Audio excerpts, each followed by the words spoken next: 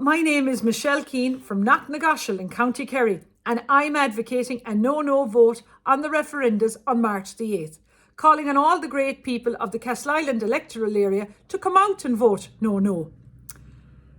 By voting no, you are saying no to durable relationships that our Taoiseach Leo Varadkar confirmed in Morning Ireland that it would be up to the courts to discern and decide what a durable relationship would be. He has now set the battleground for future potential legal cases. If this is the case, it will be left up to Kerry courtrooms to dictate what constitutes a durable relationship in the county of Kerry. And as we are all well aware here in Kerry, that there's a few solicitors who are ruling the courtrooms in Kerry, and with the result of innocent men and innocent women not getting fair hearings and their cases being struck out due to their influence, in my opinion, to the presiding judge who's hearing their cases. Take, for example, the recent case heard in a Killarney courthouse recently, whereby a mother brought an Irish financial institution along with her ex-husband to court for breach of a court order, as this man, who is an accountant by profession, was trying to conceal €250,000 from his wife and children, and was caught out in his very strategic and calculated plan, which was assisted by this financial institution. I believe that a female judge presided over the case, and initially this female judge tried to sabotage the poor woman's case by hurling unfounded statements and abuse to this poor mother, apparently telling her to stand up and sit down like a yo-yo ball in the courtroom, and shouting at this poor mother that she had no business in the court, to which the poor mother replied that the only reason she was there was to conform with a court order that the same judge had previously made as part of her divorce settlement. The judge was furious at this poor mother. There had been a subpoena for the financial institution board of directors to attend court, along with a subpoena for the ex-husband to attend, but neither the husband or the board of directors attended or showed up in court. They went to ground.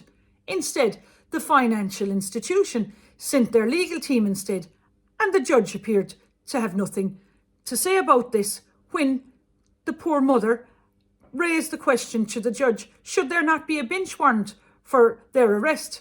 And the judge just shouted again at the mother down, and in a very aggressive tone and manner.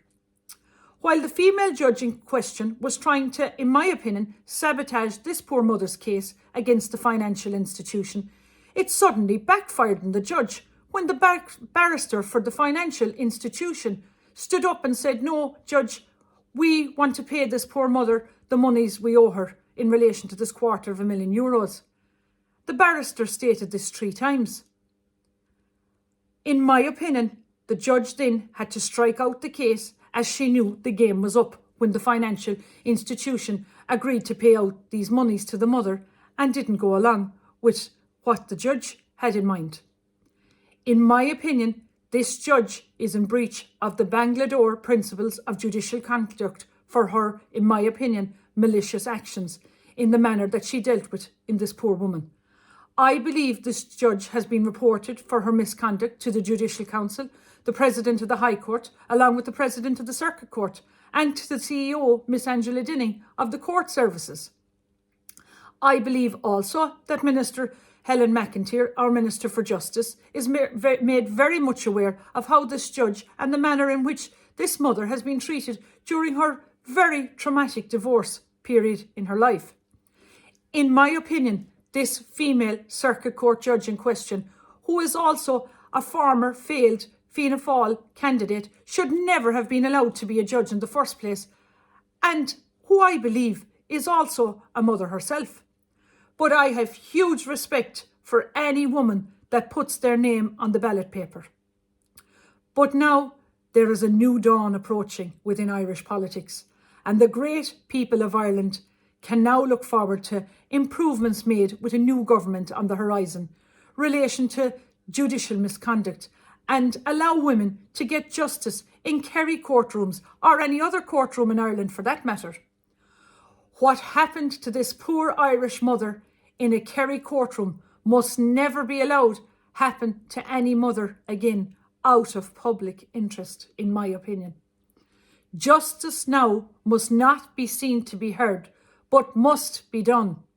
For God's sakes, will you vote no on March the 8th and keep us, Mná hÉireann, our women's rights, sacred within the fabric of our constitution, and don't let Leo Varadkar, Sinn Féin and this cobbled together Irish government take our rights away from us.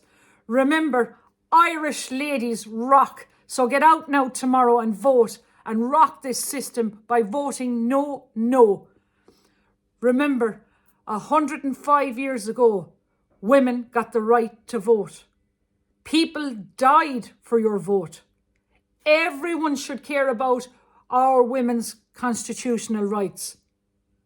Your voice is your vote. Gurv Míle Maithagad.